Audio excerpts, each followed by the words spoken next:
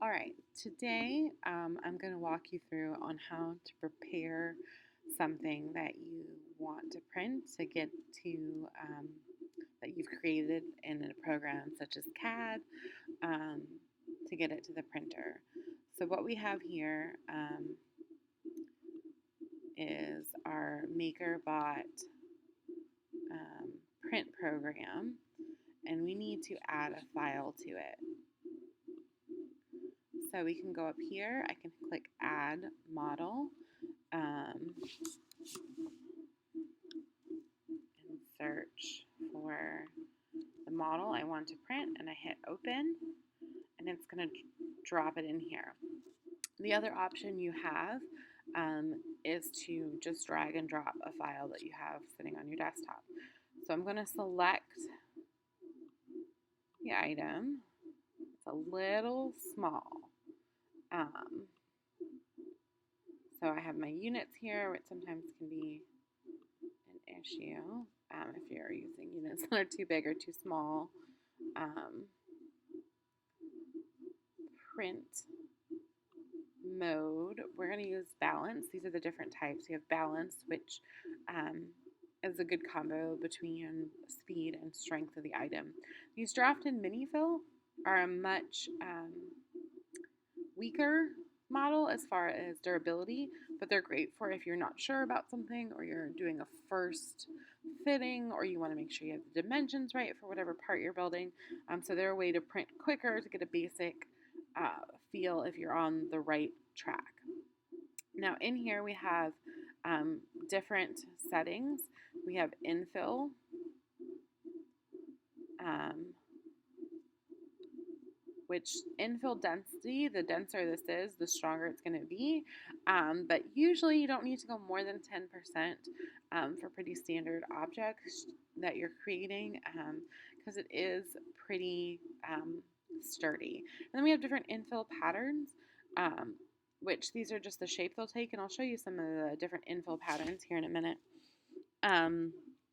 Our supports and bridging and our base layers are all the extra parts that we sometimes build the part on.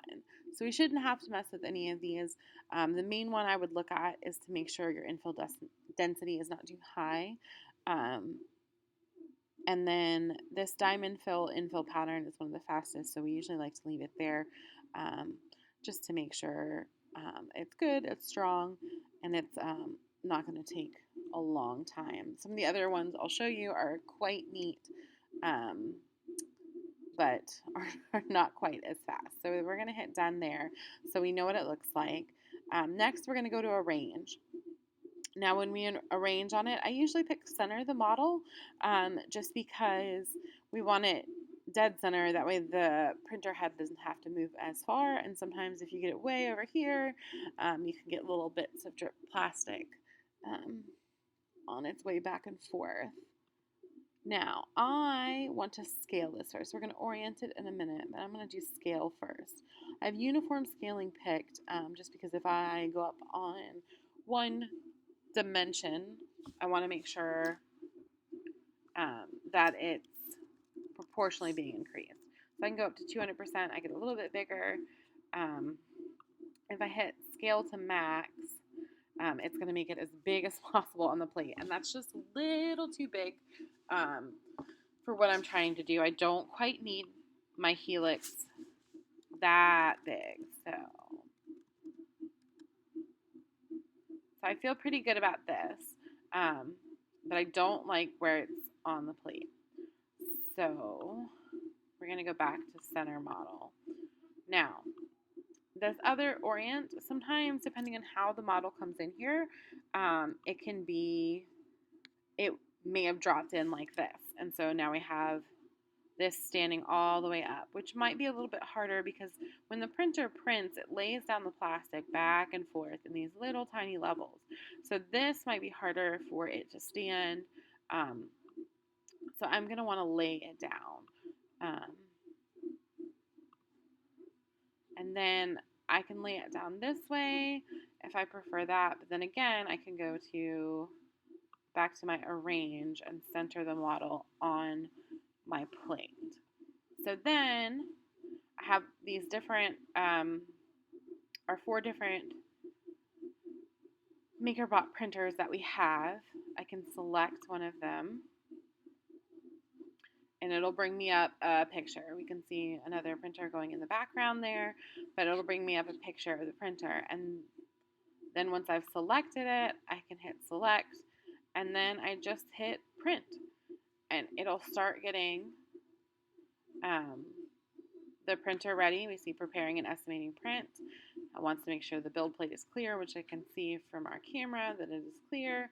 And then I can just hit start print again once I can see that everything is good to go, and it's going to start heating up the plastic because we need warm plastic to be able to shape and form into the object we built. Now, if I decide, oh no, that wasn't right, I'm going to hit cancel. So I'll cancel this print job.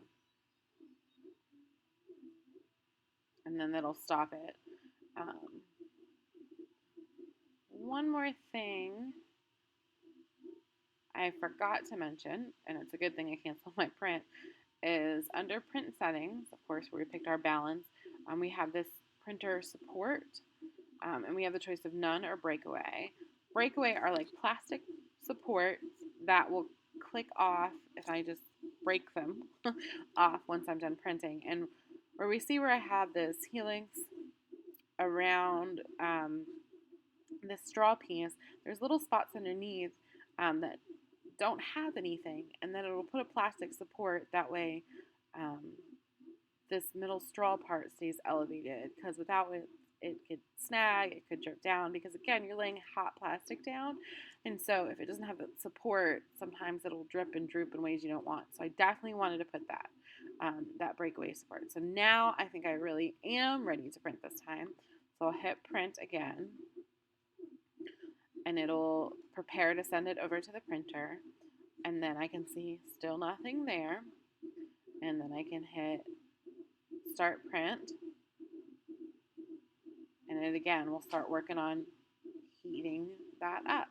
So that is basically the process of getting it ready to print. So I'm going to cancel that one more time because I've actually already working on making this printer. And then I would just want to show one last thing. So these are the infill patterns that I was talking about. There's cat fill, hexagonal, linear, and this is just how it builds the center of where the support goes. And then this is an example of different kinds of percentage of infill. I'll use 100%, it's all filled in.